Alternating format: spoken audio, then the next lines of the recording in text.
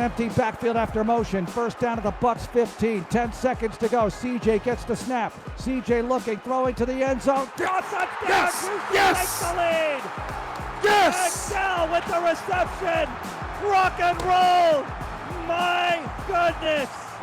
What a comeback. Go Cougs! That is the defining moment of the welcome to Houston, C.J. Stroud. Fantasy Football Happy Hour with Matthew Berry, served by Applebee's.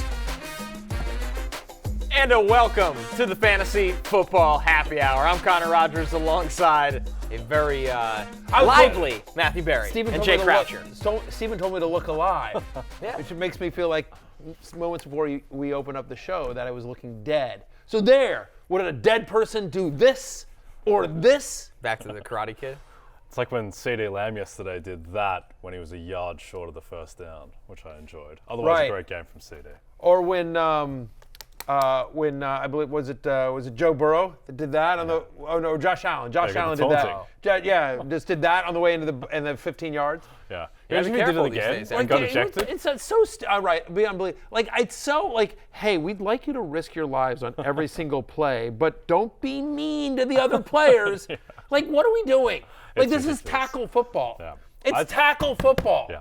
I think you should get flags if you don't taunt. I thank you. Yes. Josh Allen should do that. 100%. Like, that's all he did was point at a guy. Yeah. No, I And encourage barely. I It wasn't encourage even that aggressive. No. I love the Tyreek Hill wave. More of that. Yeah. More waving. More waving, more pointing, more thrusting More of calling body people parts. out in the media. I love it. Yes. Yeah, more conflict. Yes, exactly. More yelling at sideline reporters. Right. 100%. Yes. All of that. Let's make We- this all like of it. pro Like, wrestling. It's a content machine, the NFL. 100%. We should do all of that. Still wasn't the most egregious call from yesterday. What was boy. your favorite, Matthew? I know where you're going. It was the roughing the passer penalty on Washington.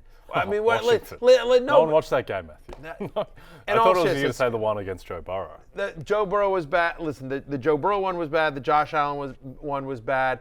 There was one I think on, was it Brandon Cook? No, it was Marquise Brown. Marquise Brown ran a route and got called for offensive pass interference. It was like the most he's running a route. Another hard to watch game, by the way. But no, there was one where literally Mac Jones had the ball, and he gets sacked. Like, again, just in the most normal sack, like he goes up high, He was no like head this, to head, and like just a wrap from right. behind. It to me, to this untrained eye, it was a textbook tackle. Perfect. It was that's how you teach it to be done. He didn't aggressively force him to the ground. He didn't try to pile drive him. He quickly got up, right? 15 yards. I mean, it was like even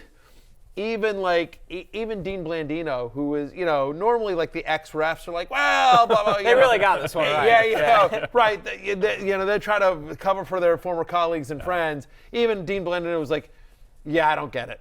Yeah. I don't see that one. The worst one by far was the Josh Allen intentional grounding when he was trying to score. Oh, yes. At the end of the That half. was brutal, It's too.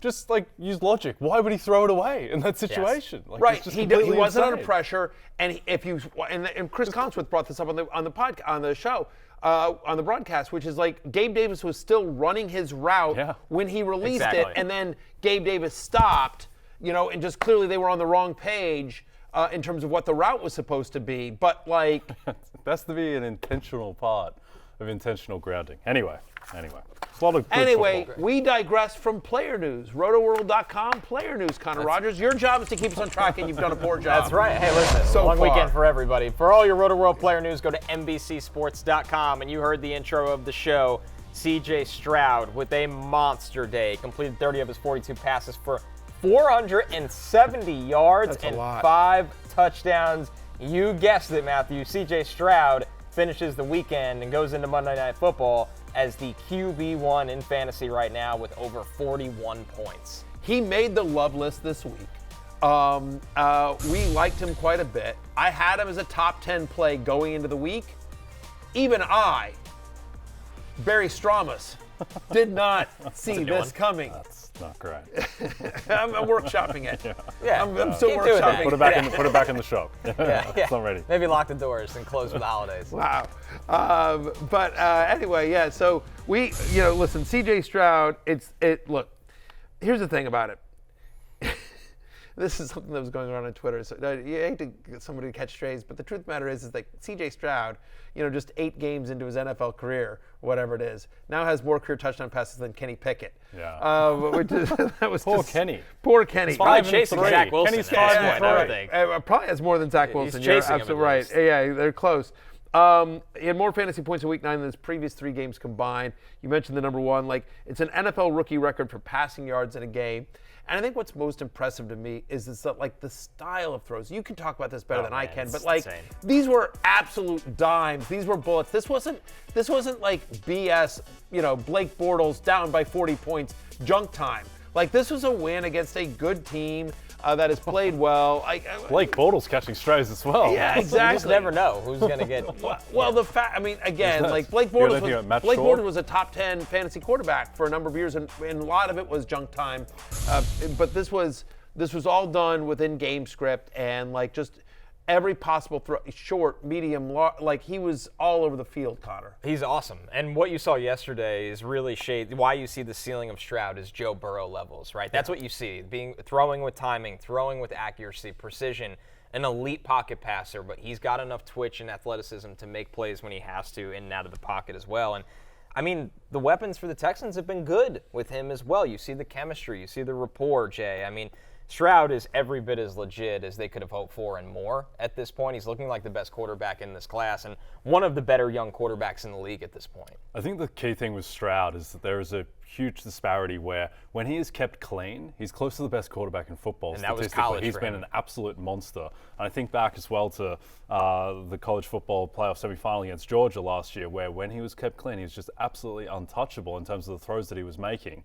And in this game as well, he had time, and he said to his offensive lineman, going into that last drive, just give me a bit more time and I will make them pay. And sure enough, he made them pay. And he's got weapons. Tank Dell's magnificent. Nico Collins is just rock steady. And then my man, Dalton Schultz, has risen from the ashes and is now a very viable fantasy tight end. Since week 5, he's the 3rd best tight end in fantasy. He's got a 28% target share over that stretch. He's been somebody that they look for quite a bit in the end zone. We've talked about Nico Collins a lot, but one of us has been talking about Tank Dell since the preseason. Go ahead, Stephen, roll the tape here. You got to sit with Tank Dell a couple months ago, and he talked about his relationship with C.J. Stroud before they even got to training camp. Take a listen. This was at the NFLPA rookie premiere. That's a great guy. That's my guy.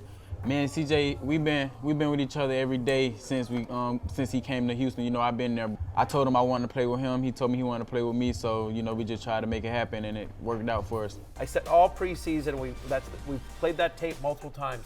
Tank Dell is going to be a thing this year. Well, that time is right now. That was September 25th. Yeah. And so I'm calling back to September 25th, when on September 25th I was calling back to the preseason. So just very meta here, but I am victory lapping my victory lap, in case you're curious what's going on here. Well, that's what I'm actually doing. You didn't just talk about Tank Dell. Now you talking about Tank Correct. Dell. It's like Inception. It's a dream within a dream. 100%. What's the quote? What's real or what's not Do real? you want to take a leap of faith or die an old man filled with regret, or just talk about Tank Dell all the time, basically? I'm going to talk about Tank Dell all the time. Tank Dell is going to be a thing, has been a thing, is currently a thing as well. Somehow still available in 52% of leagues. Well, he won't. He shouldn't be he anymore. won't. He won't be anymore. Again, this is legit. It's his 3rd different game this year with 20 or more fantasy points. He's had 3 games this year with 7 or more targets, 25.1 fantasy points. When he gets fed, he eats. And the expectation here, now that he's fully back, he's fully healthy, he's going to continue to get a bunch of targets from his buddy, his close pal, his amigo, C.J. Stroud. That was what the clip was him and Tank and C.J. talking about the fact that, like, when Tank Dell, who played college ball in Houston, literally like just down the road from where the Texans play their games, like when C.J. Stroud got to town, he's just like, let me show you here's the best dry cleaner. Here's the best Chinese food. Like, whatever, here's Houston. Drove around and they just hung out every day, all day. The other thing that's crazy about Stroud is that the numbers are eye-popping. He threw the ball 42 times, which is a nice amount, but it's not like one of those, like, he threw it 55 times or something like that. Like, that's 30, he was 30 of 42. You know what I mean? Sometimes you see these big numbers and you're like, yeah, they threw it, he was 30 for 55, 30 of 42. he didn't throw it a ton, and he was efficient, but just the big plays were there constantly. And obviously, Tank Dell's a big piece of that, as is Nico Collins. I just want to mention real quickly that Noah Brown, very quiet for deeper leagues, now has a 15% target share in 3 of the 4 games he's played this year. I think you've seen Noah Brown's best game of the year. I definitely think he's third on the pecking order of those wide receivers, Nico and Tank Dell. But I do think, again, if you're in a Michael Smith crazy 20-team league, if you're one of those deeper leagues, I do think Noah Brown is kind of interesting here. I mean, he's 6 for 153 and a touchdown. I mean, right? I mean, even you take out the 75-yarder, and it's still a fantastic game. Yeah, 100%. On the other side of this one, in Stroud's monster performance for the Bucs, Rachaad White's volume continued. 20 carries, 73 yards. He gets 2 touchdowns.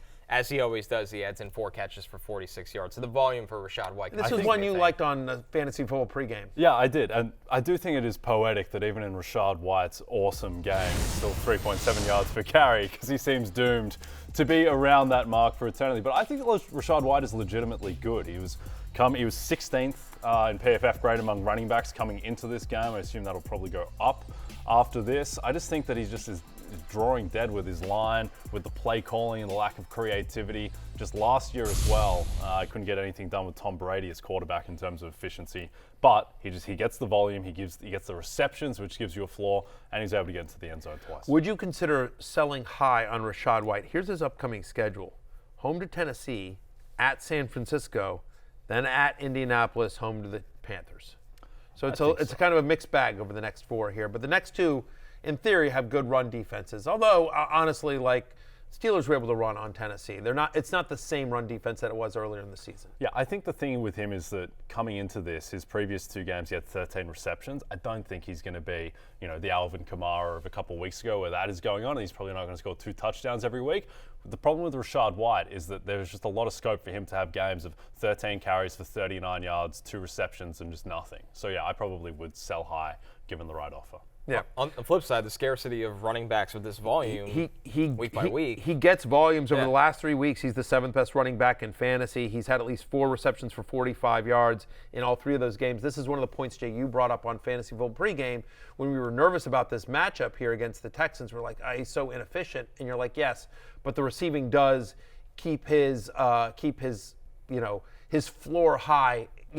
He's more of a floor play than a ceiling play, even though he obviously is coming off this monster game. I think we're sort of both right here, which is that you've seen his best game of the year, and if somebody's offering you a great deal, I wouldn't mind, quote, selling high, but I'm not actively shopping him because I do think there's enough volume there to keep him afloat as a, usable RB2 because of the passing game work. Minimum of 3 receptions every single game since week 1 for Rachaad White. Over with an NFC thriller, the Cowboys at the Eagles. The Eagles find a way to hold on in this game. Jay, you've talked about, it felt like a couple weeks ago, you're like, this is a big moment for Dak Prescott. And ever since you said that, Dak, for the most part, has played really well. I mean, the Cowboys were in this game in large part because of Dak. 29 of 44, 374 yards to 3 touchdowns. He also ran 6 times, only 14 yards, but the Cowboys come up short. I will say that I think Dak Prescott, his past 3 games, he's played at the level of basically the best quarterback in the NFL across those 3 games, and he was magnificent yesterday. The problem with Dak is that there is always a caveat. There is always a caveat with Dak where even though he plays magnificently, steps out of bounds on the 2-point, takes a sack that he just absolutely cannot take. 1st and 10 from the 11. You've got 4 chances to throw it in the end zone. You cannot take a sack in that spot, and he does. And it's not like the pressure got there immediately either. So that was frustrating as someone who needed the Cowboys to win that game from a financial perspective. But Dak was fantastic to that point, and that is an elite passing offense. As you guys know, I'm not the biggest Dak fan in the world, but I will tell you that I 100% agree with you. It's so weird. It's super weird. I'm a Commanders fan, so I can't stand the Cowboys, right? Just from a fandom standpoint. But when I do my fantasy and betting analysis, I'm objective. But from a fandom standpoint, I was rooting for the Eagles because I do not like the Cowboys, right? My 2 favorite teams are the Commanders and whoever's playing the Cowboys. But I will tell you that after the game, all the we took them down, we beat all the Eagles. It literally 3 inches, right? I mean, so again, Schoonamaker down on they call him down at the 1-yard line on that touchdown, right? And then Dak out of bounds, by this much on the 2-point conversion.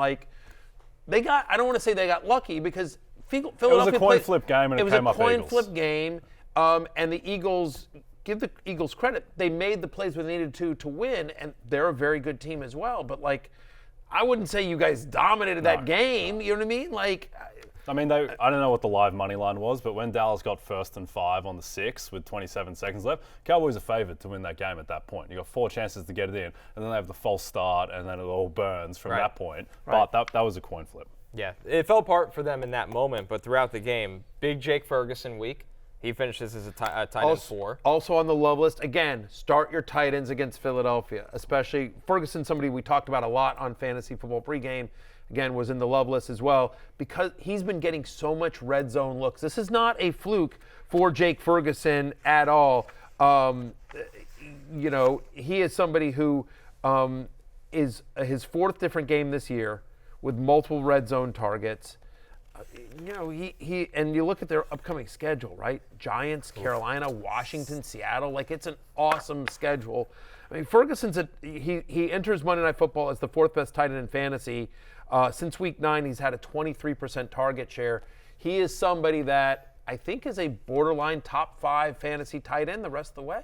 Yep, no, I agree. And Dak was looking for him, except on the 4th down, where he was wide open and he didn't look at him. He looked at Tolbert instead. But clearly, I think there's just something where Dak Prescott, just this style of play, or maybe it's the offense, just seems to lend itself really well to tight ends. The way that he would look for Dalton Schultz, 100%. the way he's now looking for Jake Ferguson. I mean, he's a locked-in starting tight end every week. CeeDee Lamb stays hot, 3rd straight game with 115-plus receiving yards. We've said it, guys, for this offense to go, it needs to feature CeeDee Lamb. But on the flip side, Tony Pollard just has not had that week, This is a tough one. He's now had single-digit fantasy points in 4 of the past 5, under 70 yards from scrimmage in 4 of the past 5.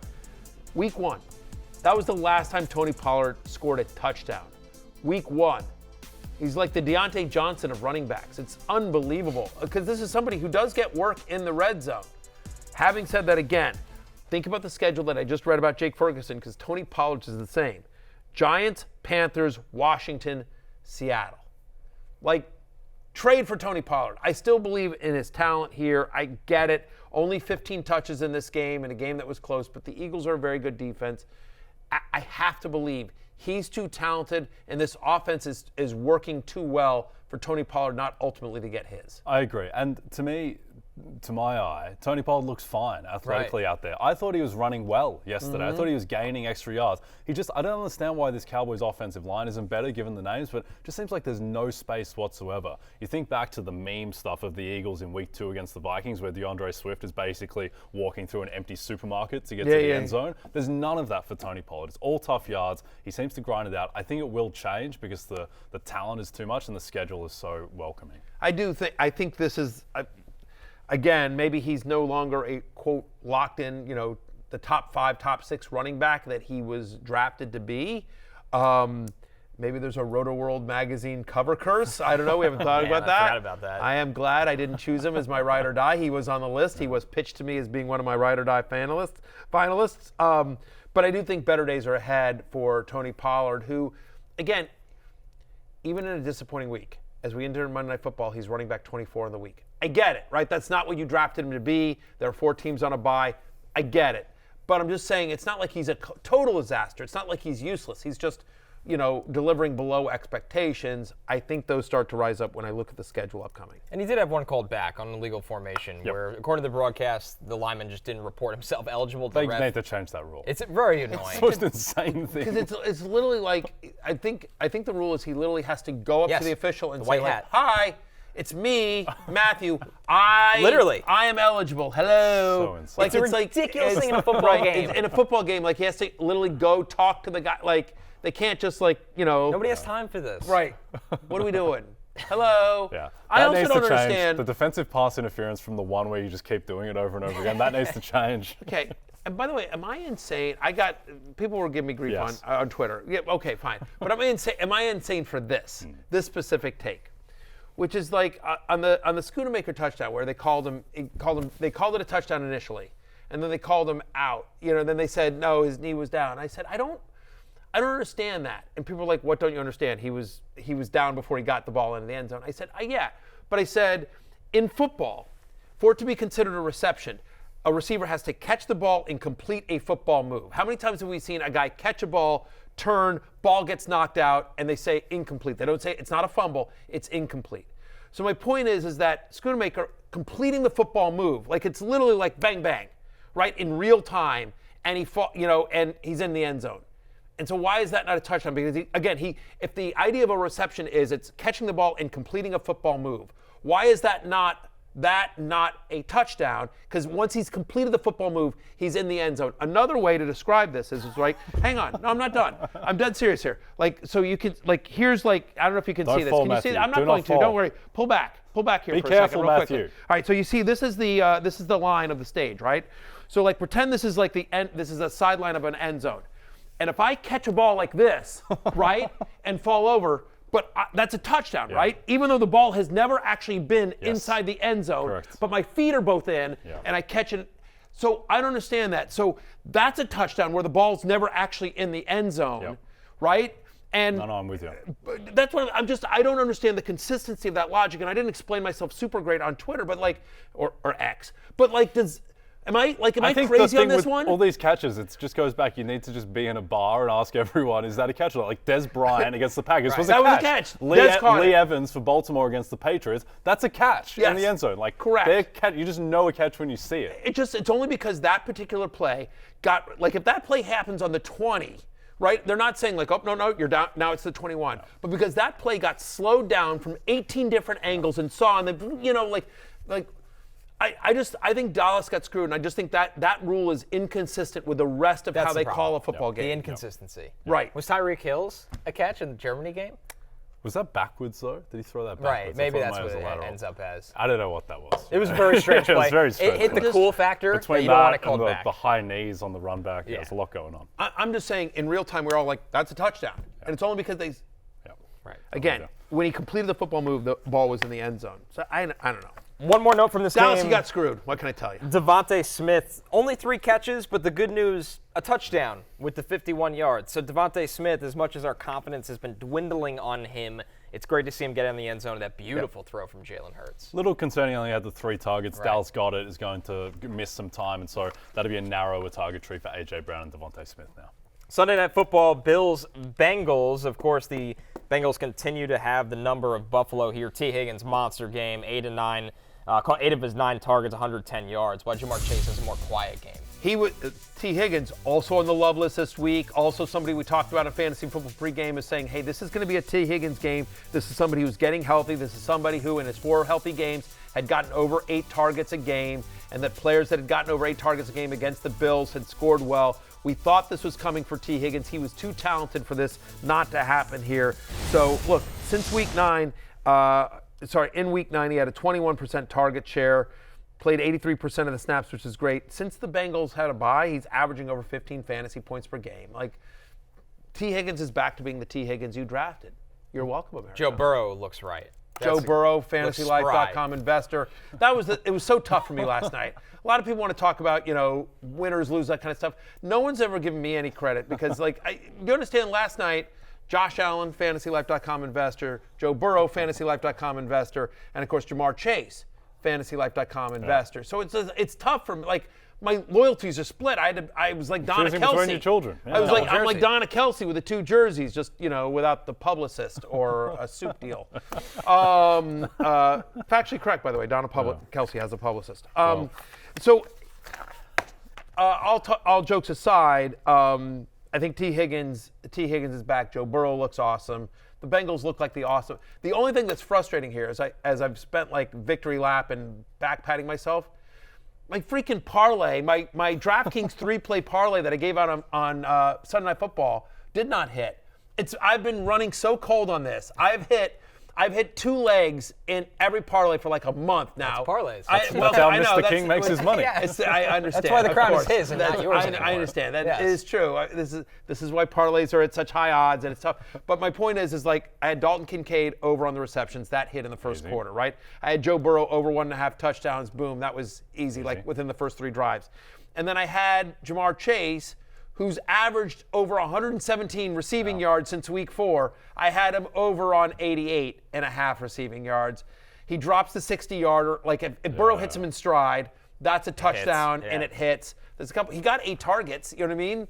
Like you're telling. Yeah, the back as well. And he had 2 bad drops, and Burrow underthrew him on the one. And just anyway, for those of you who tailed me on the DraftKings 3-play, I'm sorry I screwed you up. But I will say Barry's bet, my best bet was the over on Dalton Kincaid's receiving yards. Easy. That also crushed. An easy one there, Jay. He catches 10 of 11 targets for 81 yards. This is now 15-plus fantasy points in 3 straight games for Dalton Kincaid. Some of it, no more Dawson Knox, but also some of it, the Bills are just featuring their first-round pick in this pass-heavy offense. They are. The 11 personnel helps a ton. It seems like Diggs is getting more attention, so Kincaid. Allen's just looking for him. There's a trust. I hope the trust didn't erode because he had the fumble that effectively cost them tough hit. the game. It was a tough hit. I didn't think there's much you could do about that, but, I mean, he's a locked-in, elite starting tight end option. Well, they're also, by the way, they're not running the ball. They're not running the ball Never been able to run the ball with Josh Allen. No, every route but one. Dalton Kincaid ran a route on every single drop back but one. I mean, so he's just out there a ton. 34% target share. Dalton Kincaid, again, top 6-ish, 7-ish tight end the rest of the way. Their upcoming schedule is nice too. Broncos, Jets, Eagles, bye, Kansas City. It's some tough defenses, but all defenses that you can throw that struggle against the tight end. So Kincaid specifically has a nice matchup coming in. James Cook, again, single-digit fantasy points now in 4 of the past 5 games. Since week 5, he's the 34th best running back on a points-per-game basis. Leonard Fournette can't get here soon enough. Like, they're just, whether it's the offensive line, whether it's him, whether it's the scheme, whatever it is, they're not running the ball effectively as an offense. They're fairly one-dimensional. Practice squad Lenny time. All right, moving over to... By the way, this part's crazy, too. The last thing I'll just say, and we'll see how the game plays out tonight between your Jets and the Chargers, but if the playoffs started today, like this moment, Bills are out. Yeah. It's crazy. I mean, that's crazy to think about. The defense is just broken. They've lost too many guys. It's just broken. They had no chance against Burrow last night. They're in trouble. They got a tough schedule as well. I think they have the hardest schedule remaining in football. They really do. Yeah. In the game that might be the storyline of the weekend, in hilarious fashion, Vikings, Falcons, Jaren Hall unfortunately gets hurt right down at the goal line early in this game. Yeah, sorry. I'm not clapping for that. I kind of set you up for To doomsday there. be clear, I'm not happy about Jaren Hall getting hurt. Yeah. I am happy about Josh Dobbs, my guy Josh Dobbs. I've talked about Josh Dobbs a lot on this show. One of my just favorite players in the NFL. In the 7 years that I've been doing interviews of players at the NFLPA, Rookie Premier, Josh Dobbs is one of my top 5 of all time. Like, again, I interviewed 40 to 45 kids every year for 7 years, and Josh Dobbs to this day is one of my all-time favorites. Just an awesome, awesome human being. He comes into this game. He got there a couple of days ago. You guys all know the story. Jaren Hall gets hurt. Again, not applauding that. Very sad about that. That sucks. Feel bad for the kid. His first NFL start. That's brutal. But Josh Dobbs, it opens this up, right? 158 passing yards. He throws 2 passing touchdowns. He runs for 66 yards and runs the touchdown. He did have 2 losses. He did take a safety. But, again, like, he didn't know his guys' names. Like, again, look at this. This is crazy. This is video right now for those of you that are only listening. We have video of Dobbs going through his cadence with the line just before he goes to the game. Like, they're practicing, and he's just like, I don't know the plays. Kevin Seifert was talking about this after the game, covers the Vikings, among other teams for ESPN. Kevin Seifert was talking about the fact that Dobbs was saying, like, yeah, he didn't even know the full names of all the players on his team. Josh Dobbs drinks free, not only today, but, rest of the season. And he would be like, he'd be in the huddle being like, okay, what do I have on my right side with this play? Yeah, they're explaining to him, like, okay, here's what's going on here. I'm going to run a go. This guy, I mean, like. Backyard style. I mean, it literally was backyard style. It's one of the most incredible games of football I've ever seen because Dobbs' first 2 drives, he takes a safety and then he gets strip sack, turnover deep in his own territory. And then, I mean, you mentioned it last week with Kevin O'Connell, Coach of the Year at 60-1. That's a great call because I think this guy should be the favorite for this award after what happened yesterday. The fact that he was able to get Dobbs through that game. By the way, they've gone 4-0 with Justin Jefferson on IR. Christian Darrisaw wasn't out there yesterday. Marcus Davenport's on IR. Kirk Cousins is obviously gone. And the stories after the game, Alec Lewis at The Athletic, he did a great job of reporting this, but they were trying to get to the line of scrimmage quicker and go faster with their offense so that Kevin O'Connell would have more time to talk into Josh Dobbs' headset and tell him what he's going to see. at the line of scrimmage. Here's what's on your left, Josh. Here's what's on your right. Here's what to expect. Here's what we need to do. And in the NFL, the headset, it goes dead at 15 seconds on the play clock. And so Kevin O'Connell has got from 40 to 15 to tell Josh Dobbs what he's going to see and to win that game against an Atlanta team that, look, Atlanta's not a great team, but they're a real NFL team that's in the mix to win their division. With a good defense. A lot of veterans on that They defense. desperately needed to win that game. And the fact that the Vikings pulled that out,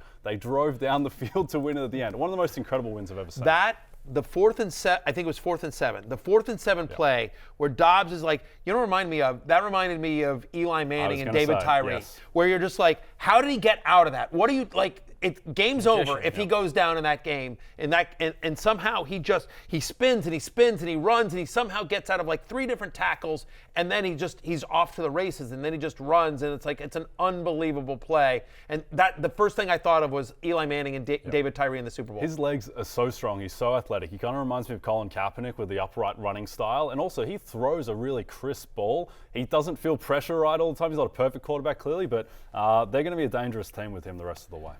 Saints at Denver, home to Chicago, then a bye, then at Las Vegas. Yeah. Again, They can make a run. I mean, other than the Saints team, and Broncos have been playing better. Give Broncos credit. They've been playing, but like my point is like, even if they're 5-4 now, let's say they split New Orleans and Denver, which I think is very doable, right? I mean, so now they're 6-5. Chicago and Vegas, those both should be wins. Now you're at 8-5, and you've got a bye in between, and you've got Jefferson coming back again. Yep. Thank you very much, Kevin O'Connell. He's probably no longer 60-1 on. We'll see when we do our. He's still 25-1, and he should be close to the favorite. Honestly. Yeah, I mean, honestly, like it. But it's a great story because Josh Dobbs is truly one of the good guys in the NFL, and you heard that.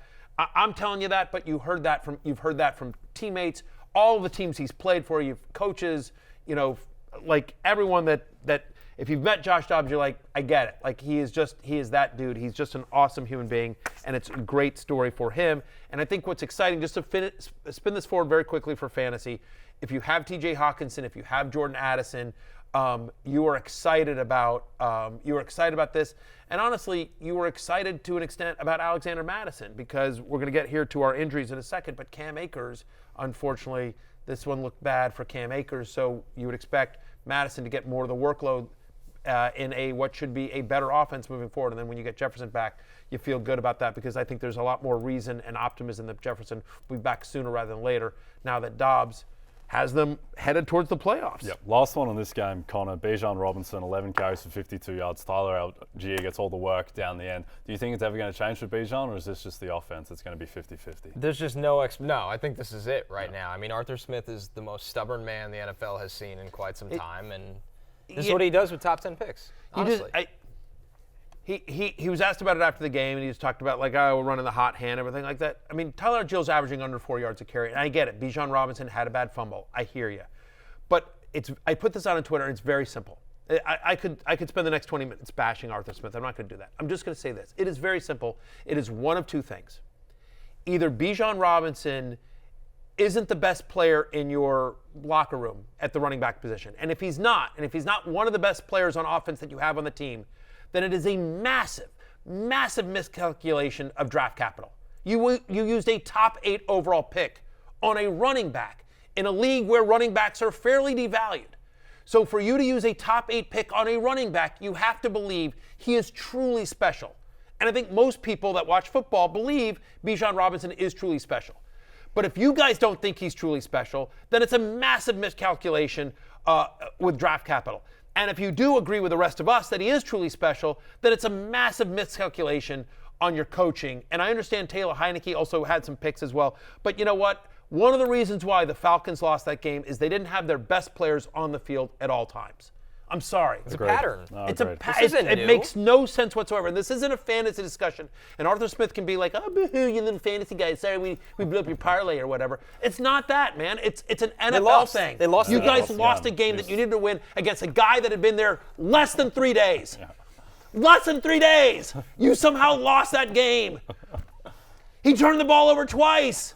Yeah. He gave you a safety. He's been there less than 3 days. It's unbelievable. You guys are supposedly a playoff team, Go Falcons. and you played against a 5th-round rookie, and then his backup, who had literally been there less than 3 days. Yep. And you did it. One of the reasons you did it is because you had your best players on the bench. And again, if they're not your best players, then I don't know what you're doing in the NFL draft. There's a massive screw up somewhere in the organization, whether it was at the draft or currently on the sidelines. Agreed. All right. I feel bad. I feel bad for Falcons fans. We like too. Falcons fans. Like, I like to give Lawrence grief, but Lawrence is one of our buddies. We love Lawrence, and don't tell Lawrence that. We like to give him grief, but like, you know what I mean? Like, in all seriousness, like, my friends that are Falcons fans, I feel so terrible for. Like, it's so frustrating. Our last game, Seahawks Sorry, at Baltimore. Steven. I think we're over on time. It's all right. We're already off the air. Show's over. Yeah, the show's over. We're just going to keep doing this anyway. The Ravens look like an absolute wagon right now, Jay, and the crazy part is they don't even need an insane performance from Lamar Jackson to do that. He's efficient, 21-26, 187 yards. He adds in the 60 yards rushing. But this is a team that can run the ball and play defense as well. I think the story was Keaton Mitchell, who goes 9 for 138 in the touchdown, champion of Michael Smith's Matthew, and he's now an interesting piece in this offense. It's just amazing this team can be on cruise control and can beat a playoff team 37-3. It's so funny, though, because, Lamar Jackson plays very efficiently.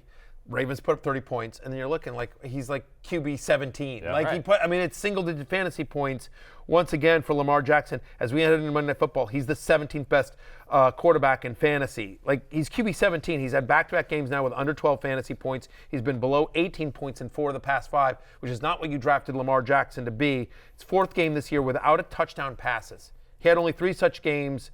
He's only had 3 games this year with multiple touchdown passes. And he put something on Instagram like, fantasy players are mad at me or something like that. I'm sorry, which is a nice nod and fun of Lamar, but it doesn't change the fact that we're getting no production from one of the best players in the NFL. Their schedule is brutal the rest of the way. He's going to start throwing more. Yeah, I hope got so. The Browns coming up as well. I hope so. Last thing here, very quickly on this game, is Keaton Mitchell had a very 9 for 138 and a touchdown. Most of it came in the second half, but he had 4 touches in the first half. Same number as Gus Edwards and Justice Hill. We'll get more into Keaton Mitchell tomorrow on waivers, but I think that this was notable. This is somebody that we've been talking a lot about as kind of a stash, and it was nice to see sort of a coming out party, even though the big run came when the game was out of hand. They're thunder and lightning. There's thunder and lightning, yes. Mitchell, that's going to be the case with them. Here's the injuries we're tracking out of the weekend. Really unfortunate news for Daniel Jones. He comes back clear for contact, and he has a torn ACL. Daniel Jones will be out the rest of the year. Christian Watson dealing with chest, back, and head injuries. Injuries just piling up for him. With Dallas Goedert, the forearm, he's expected to have surgery. He's going to miss around 4 weeks. That's not a season ender. As you see Cam Akers down there, that's not the same Achilles he already tore. That's the other Achilles. You feel really bad for Cam Akers right now. You also have KJ Osborn, that brutal hit. He's dealing with a head injury. Kendra Miller with the ankle. Jaren Hall with another brutal tackle with a head injury there. And I did miss Josh Downs while going through these. He left with a knee injury. Yeah, that's a concern. He went in questionable. He did get the start, but he left early, so that's a tough one with Downs. Obviously, Jones and Akers, their season's over. We'll talk about the replacement for all these guys tomorrow on the Waiver Wire Show. When we come back, potentially more Arthur Smith fashion. Yeah, with some Weekend Warriors and Sunday Scaries, which is very Arthur Smith-esque. Yes. I predict I'm going to be wrong on Aaron Jones. Aaron Jones was on my hate list this week, but Matt LaFleur, after I wrote the article, and I'm going to take full credit for this, even though I don't believe Matt LaFleur actually reads Love Hate. I'm going to take credit for this. He came out and said, actually, we need to get Aaron Jones more involved. Training wheels are off, full steam ahead. We've got to ride him. We've got to use him. And so you think about the Rams defense, which is the bottom 12 run defense over the last 4 weeks. I think that Aaron Jones, they need to get something going with the Packers. I think he gets a big workload today, apparently fully healthy. I'm going to be wrong on Aaron Jones. Big day coming for Aaron Jones. Hey, social team, please tweet that out for me as well. Weekend Warriors. Who better to kick off with, Barry, than Aaron Jones? 20 carries, 70 yards. I want you guys to pay attention. Jay, take notes on this, because here's what I'm about to do. Handwritten notes. Yeah. So I don't know if you guys saw what I did there. So my love-hate article came out on Thursday, and Aaron Jones was on it. He was a hate. But then yesterday, as for my shot, my shot was one of my shots in terms of sort of it's kind of a little bit of a bold call, a guarantee, kind of what some things you're saying this is going to happen. One of my shots was, as you just heard the audio of that from Fantasy Football Pregame Sunday morning, is that I was going to be wrong on Aaron Jones and that a big game was coming. Well, what happens? Aaron Jones, as we enter Monday Night Football, he's the 6th best running back in fantasy, 17.9 fantasy points, 24 touches, his most since Week 10 of last season, played 57% of the snaps. That's a season high. He had a 16.5% target share he has over the last 3 weeks, at least 5 more targets. Aaron Jones was freed And these are the kind of things that happen when Aaron Jones is free. So yes, I am victory lapping my reversal of a bad call. Yeah, it's like so me and Michael Thomas. Yeah, it's very. I walked back my bad call, and I'm now victory lapping my walk back of what was initially an awful call. Fantasy insurance. Fantasy insurance. So yes, if somebody just read my love-hate, they'd be like, this a-hole Barry. But no. Because I tweeted it out, and I got it in before the deadline. I reversed course on fantasy football pregame, and then I also tweeted that out. So there you go. You have to consume all your content to properly judge. Thank you. Exactly. You can't miss a day or even a moment. And so I'm not allowed to get crap for that one. There you go. So that's the kind of gymnastics you need to do in the fantasy analyst game. You need multiple outs. Exactly. Just always, find yourself a way to pivot at all times. So there you go. God bless. I'm like Mary Lou Retton over here with my gymnastics. Right. Good hip reference too. Yeah, it's a reference from 1938. Yeah. Simone Biles. I was trying to think of there we go. There you go. That's more reference. Yes. I was trying to think of that was the first gymnast that came to mind. Who's the old person you referenced the other day? Mephistopheles. What is some weird? Mephistopheles, yeah. Just look at each other like, okay.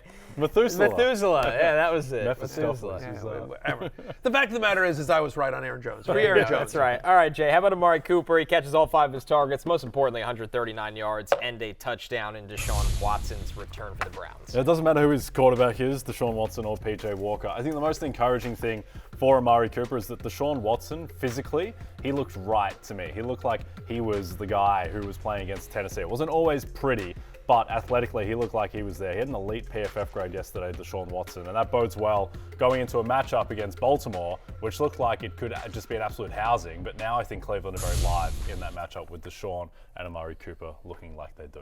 Over for the Patriots, Matthew, Rhamondre Stevenson, only 9 carries, but 87 yards. He had a big run. He has the touchdown. He also catches 4 passes of 42 yards. And a good schedule ahead for Rhamondre Stevenson. It's showing some life. Yeah, they play. Listen, it helps that he played my awful Commanders defense. And they play the Colts next week. That's the Germany game. And then they're on a bye. They come back, though, Giants, and then the Chargers at home, which is a tough one. I think, to me, the positives about Rhamondre Stevenson is, he had the big run up the middle. That's not something you expect every single week. But he's had at least 14 fantasy points in 3 of his past 4 games. And I think part of the reason why is they've started to finally get him back involved in the passing game. Remember, that was something that was just missing early in the season. But over the last 4 weeks, he's got a 16.5% target share. He's had at least 4 receptions in 3 out of 4 games.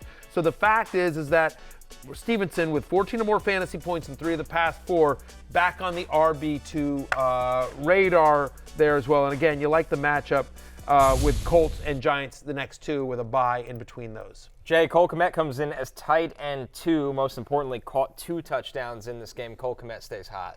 18 targets for Cole the past 2 weeks. Well and he looks like he's established a rapport with Tyson Bagent the past 2 weeks, clearly. We'll see what happens. Looks like Justin Fields is probably going to play on Thursday night against the Panthers. We'll see there. But Cole Kmet at a position which is always lacking, is a viable starting option. Top 5 names this week from tight end. I actually called that in that order. Dalton Schultz. This is dead serious.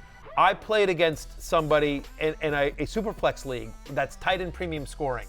So you get 1.5 per reception. Somebody started, it's a deep league, but somebody started Cole Kmet, Cade Otton, and Jonnu Smith against me. I swear to God. Top 5 all tight 3 ends. of them. And I'm like, oh, this, and that, anyway, they boat raced me, as you might imagine. Slaughtered by Jonnu Smith and Cade Otton. It's like what a way to die. It's one, right, exactly. Best way to die. It's one of those things where you're like. Scott Fishbowl sounds like. It is Scott Fishbowl. Yeah. I am most points against my Scott Fishbowl team is a disaster. I'm most points against in this league.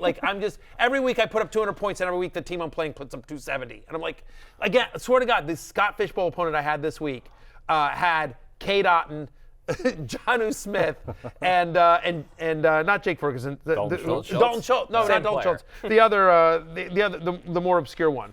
I don't know, whoever the list was. I don't know. But it was Cade Otton, Jonnu Smith, and somebody else who was stupid. Where you're just like, what are you going to do? Here's the thing about Kmet, though. It's his 4th game this year with 15 or more fantasy points. I don't think he has quite the connection with Fields that he does with Bagent, but it does feel like he's getting there. Here's the weird thing. A buddy of mine texted me before Sunday morning, and he said, hey, Jake Ferguson or Cole Kmet. And I was like Ferguson, easy. Like, how's this even a conversation? Yeah. Saints are pretty good against the tight end. Ferguson was on my love list. Eagles brutal against the tight end. It's Ferguson. It's clear. And then I see Cole Kmet get 2 tight. I'm like, oh God, did I just, luckily Ferguson had a great game, and my buddy won his game anyway, so it worked out. So thank you. Our final one here, Josh Jacobs, 26 carries, 98 yards, but Josh Jacobs, Jay, continues to get in the end zone. He has the 2 touchdowns against a Giants team that looked completely defeated. Yeah, I mean, it's just a complete mess of a game, and we'll get into the Giants' offense at a later point, but Josh Jacobs, he's looked more explosive to me the past 2 weeks. He still hasn't got to 100 rushing yards on the season. He did win the rushing title last year, so you would like to see more yardage. Still only 3.8 yards per carry, but he's going to get end zone carries, particularly with Aiden O'Connell as his quarterback. Moving over to the Sunday Scaries, and we stay with the Raiders because for all the good for Josh Jacobs, the same can't be said for Davante Adams. He catches 4 of 7 targets for 34 yards, and the reality is right now, Barry, Davante Adams is probably hoping October was behind him, but this November has been bad as well. Yeah, look. It's been a tough 6-week stretch almost for Davante Adams right now. He's had under 50 receiving yards in 4 out of 5 games. The past 4 out of 5, he's been under 50 receiving yards. Since week 5, he's wide receiver 63 in fantasy points per game. He's averaging 7.1. Davante Adams, the great Davante Adams. Do you know Davante Adams has 2 different Taco Bells in his house? And, you don't get that if you're not an elite wide receiver in the NFL. Good. You got 18 touchdowns. I mean, kind of right, of course. I'm not 1,000%. He's got 2 of them. I don't even have one. Yeah, I know. Neither do I, because we're not elite NFL wide receivers. Yeah, well, he's not anymore either. Yes, apparently. They might take one. They might take one of the Taco Bells back. You lose the license. Anyway, no, that's part of the commercial campaign. But it's brutal. I mean, here's a positive. With Aiden O'Connell this season, he's at a 27% target share. You have to figure better days are ahead. Although I will tell you, they play the Jets next week on Sunday Night Football. He'll be on the Jets next year, by the way. I know. They tried to trade for him. They tried to trade for him. That report came out yesterday. They tried to trade for the other day. It was unbelievable that nobody answered the phone because they were all fired. Literally. Don't get me started on the Raiders. But they're going to play the Jets, so he's going to see DJ Reed and Sauce Gardner. Then he's at Miami. He'll probably see some Jalen Ramsey there. Then he's home to Kansas City. Chiefs have played really good defense. They just slowed down Tyreek and Waddle. So I want to say better days are ahead for Davante Adams, but better days are ahead only because he's wide receiver 63 over the last 4 weeks. He can't get worse, but the idea that he's going to be the top 5 or 6 guy you drafted him to be, I think that's out the window for the next foreseeable future. I think he's wide receiver 2 status now. You have to downgrade him in a big way. It's brutal.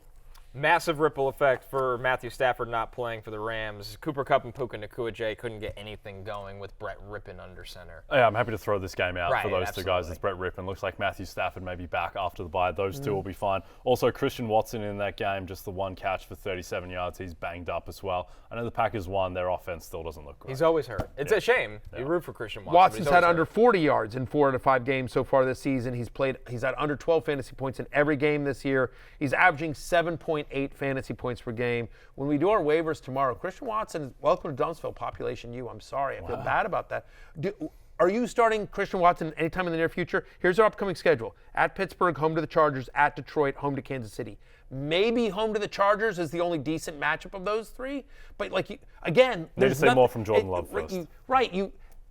If you're starting Christian Watson anytime in the next month, it's because remember how good he was last year? That's all you have to hang your hat on, because nothing this year about his performance or the Packers offense gives you excitement about his potential in there. Aaron Jones is the only guy I trust in the Packers offense. Although my guy Luke Musgrave, did have a nice game. It was good to see him as well. Finally, last guy in the Sunday Scaries here, Jay.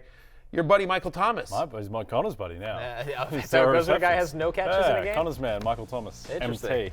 Yeah, we'll get out of this one real quick. We'll spare you. We're going to break. When we're back. It's his first career game without a reception, Michael Thomas.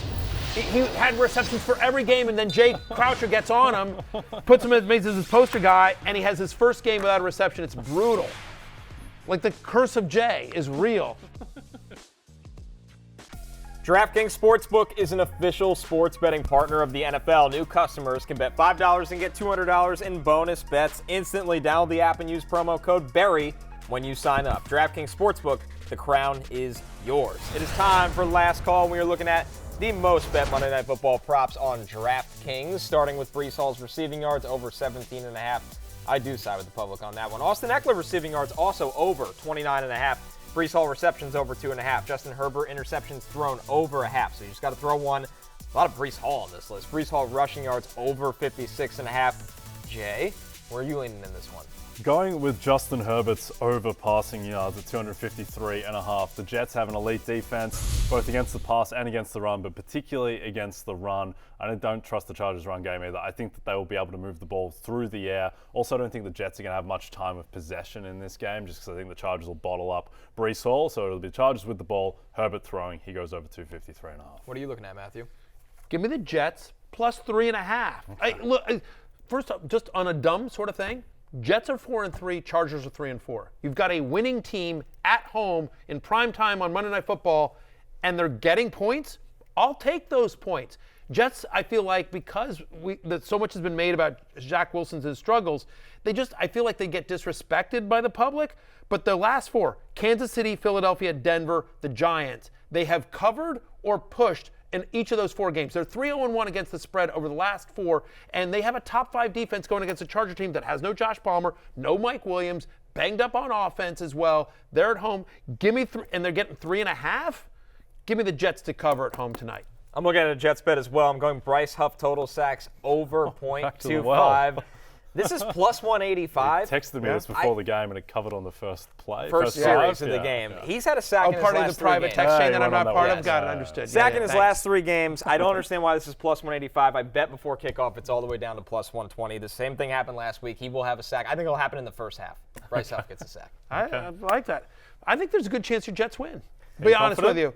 You don't look How do you confident. feel? It's weird. It's a weird one where it's like Justin Herbert versus Zach Wilson, but you think of what they've done to all the good quarterbacks this year. A guy that holds the ball a little bit at times as well. They've feasted on that. They should have beaten Patrick Mahomes, and they're a better team than when they played the Chiefs at home. No Taylor Swift in the stands tonight to help out the Chargers. West Coast team traveling east. Big primetime game and a must-win for the Chargers. Brandon Staley coaching. What could go wrong? The Chargers have found ways to lose games this year. The Jets have found ways to win. I like the Chargers. Jay likes the Chargers. I will say the Jets close. Listen, it's closing time, which means you don't have to go home, but you can't stay here for Jay, Connor, and myself. Josh Dobbs drinks free. Let's go Jets tonight. Peace out. Hey, it's Matthew Berry from NBCSports.com and Rotoworld.com, and I want to thank you so much for watching whatever it is you just watched, or if nothing else, being too lazy to click out of the autoplay after this video started, after whatever it is you actually wanted to watch finished. But now that you're here, I'd like to take a moment here to ask you respectfully now, okay? I'm asking you respectfully to subscribe to the NFL on NBC YouTube channel. You'll get the latest Rotoworld fantasy news headlines, all sorts of great shows, including my own Fantasy Football Happy Hour. So go subscribe now. Again, I'm asking respectfully.